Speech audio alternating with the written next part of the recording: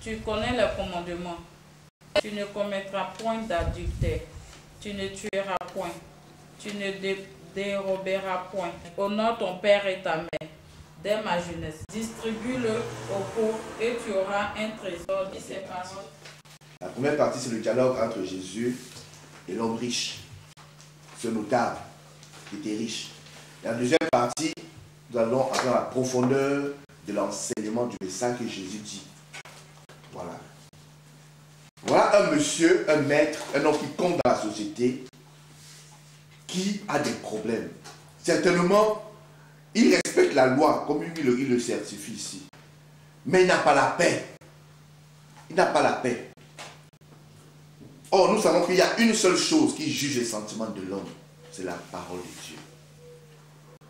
Cet homme se considérait certainement juste. Parce qu'il dit, j'ai un respect dans ma jeunesse. Depuis un moment où c'est l'erreur. Il respectait la loi de Moïse. Donc pour lui, il était ok, je mange, je ne vole pas, je ne fais pas ceci, je ne fais pas cela. Donc je suis ok. Il parle avec le Seigneur. Il dit ça c'est bien. Ok. Mais une chose qui attire mon attention, le verset 21, ce monsieur dit, j'ai gardé toutes ces choses dès ma jeunesse. Dès ma jeunesse, il n'a pas dit au présent. Non, ça veut dire qu'il avait peut-être commencé, il s'est égaré. Dès ma jeunesse, j'ai respecté ces choses-là. Il dit, ok. Mais comme Dieu, c'est celui qui sonde les cœurs, les reins. Dieu, c'est celui qui connaît toutes choses. Il le met à l'épreuve. Parce que bien qu'il respectait la loi de Moïse, il avait développé quelque chose que le Seigneur avait interdit formellement, c'est-à-dire de se faire des idoles. Si tu as des idoles dans le cœur, bien aimé, tu ne peux pas avoir communion avec l'Éternel. Car l'Éternel, il a tout donné et il désire recevoir aussi tout de toi. Le Seigneur Jésus a laissé son trône. Il a laissé sa gloire pour venir. Il s'est abaissé, s'est humilié pour prendre la condition humaine. Afin que toi, tu sois justifié. Afin que moi, je sois justifié. Il a tout abandonné pour que toi, tu reçoives tout. Donc, il faut que moi aussi, pour aller vers Jésus, j'abandonne tout. Bien aimé, chacun de nous a quelque chose à laquelle il est très très attaché charnellement. Et qu'il est difficile de se séparer. Quelle est cette chose? Cette chose qui te tient lié. Généralement, on appelle ça l'Isaac. Maman Anna. Ton Isaac, c'est quoi? Bien qu'il respectait la loi de Moïse, avait développé une autre chose, une abomination. Lévitique 26, verset 1. Je vais lire la parole au nom de Jésus pour gagner le temps.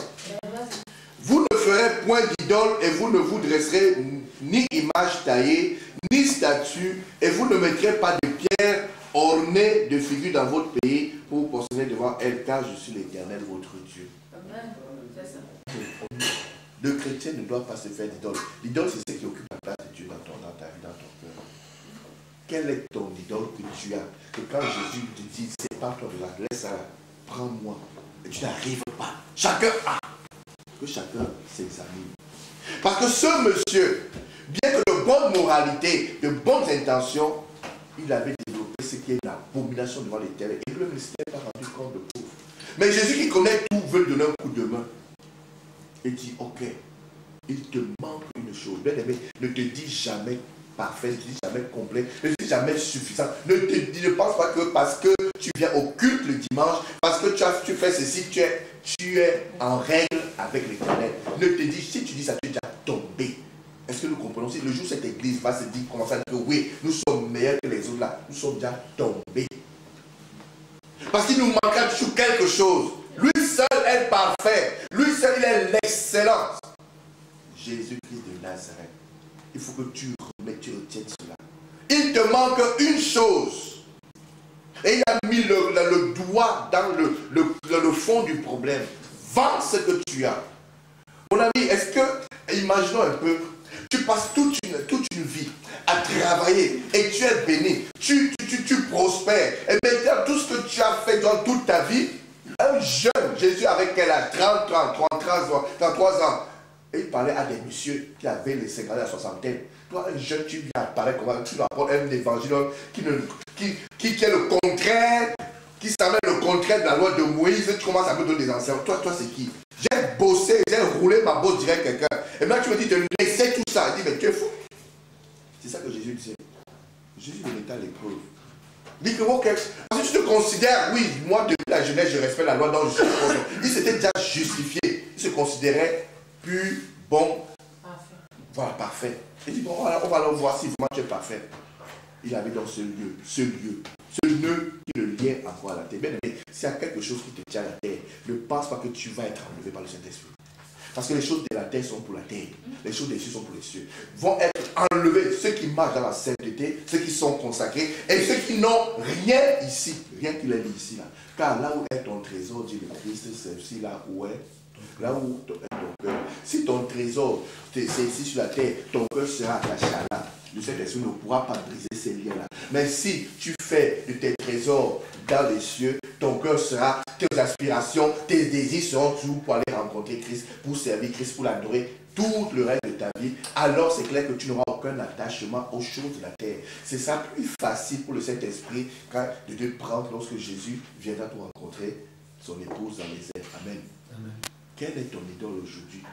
Quelle est la chose qui t'attache? Quelle est la chose qui t'empêche d'avoir communion parfaite avec Christ? Quelle est la chose qui empêche le plan de Dieu de se réaliser dans ta vie? Quelle est la chose qui empêche Jésus de gérer, de régner souverainement dans ton cœur? Ici, c'était l'argent. Mais comme Jésus est tellement bon, il ne condamne jamais. Il nous donne maintenant la clé. Il nous donne le moyen pour accéder. Parce qu'il nous a dit au début, si nous nous rappelons, quand je vais revenir, est-ce que je vais retrouver la foi? Est-ce que durant tout ce parcours, maman Angelina, depuis que je me suis révélé à elle, elle va garder cette flamme jusqu'au jour où je vais la rappeler à moi. C'est ça que Jésus te demande aujourd'hui. Ah. Ok, mais il faut que maman Angelina s'efforce. Maman Angelina, par exemple, ça concerne nous tous. Il faut qu'elle s'efforce à entrer par la porte étroite. Et la porte étroite, nous savons que c'est Christ. C'est-à-dire qu'il faut qu'elle s'efforce à accepter l'évangile, la parole de Dieu. Et bien nous allons voir Jésus dans sa parole. La Bible, non, la Bible ne cite pas les choses, ne prend jamais les choses par hasard, même pour citation. La Bible, quand elle prend même un animal et elle le cite dans la parole de Dieu, non, vous voyez, c'est ça sa signification. Il n'y a pas de hasard avec Christ. Jésus n'a pas dit, il sera plus facile à une mouche, à une abeille de passer à travers le trou d'une aiguille. On apprend quoi? L'exemple d'un chameau. Vous savez, un chameau peut passer par cette porte. Quand il est bien développé, le chameau est immense. Il est grand. Donc maintenant, ce chameau va passer à travers les trous d'une aiguille. Il confond encore les gens qui font. L'entraînement des hommes. Amen, soit béni, maman. Celui-ci, Moïse nous a dit il faut faire ça, ça, ça, ça. Lui-même, il fait le contraire et il nous embrouille même. Jésus. Il y a parfois quand je lis la parole de Dieu, je dis vraiment, les gens, je comprends parfois pourquoi les gens prenaient les pieds là, c'est le Seigneur, parce que il voulait que celui-là, il sort, il est en train de voir nous apporter où. Amen. Il est plus facile à un chameau. Nous allons étudier les caractéristiques du chameau, parce que c'est là où se trouve le secret, maman Anna. Le secret, c'est dans le chameau. C'est dans le chameau qu'on a la révélation, on comprend comment faire pour arriver à Christ, aller à traverser la porte de Christ, donc arriver au paradis. Amen. Jésus a dit, il est plus facile à un chameau d'entrer par le trou d'une aiguille qu'à un riche d'entrer dans le royaume des cieux. Le Seigneur m'a mis à cœur de développer beaucoup plus les caractéristiques, l'attitude du chameau, et c'est l'attitude que tout chrétien doit avoir, le chameau. Le premier point que nous allons voir, c'est que le chameau, c'est un animal que Dieu a donné, doté des caractéristiques de pouvoir supporter le désert. C'est le seul animal qui peut passer, qui peut traverser le désert. C'est le chameau, parce que Dieu sait comment il a fabriqué la formule. Et quand le chameau s'apprête à traverser le désert, il fait son refournissement. Amen. Il fait quoi? Il prend le jus il boit le jus, ou bien il prend de l'eau. C'est de l'eau qu'il boit. Et il prend de l'eau en quantité abondante, oui ou non? L'eau dont le chameau se refournit, c'est la parole de Dieu. Ce n'est pas qu'il prend un verre. C'est des litres et des litres. Bien aimé, là, le premier message, c'est le premier point. que tout chrétien doit être rempli de la parole de Dieu.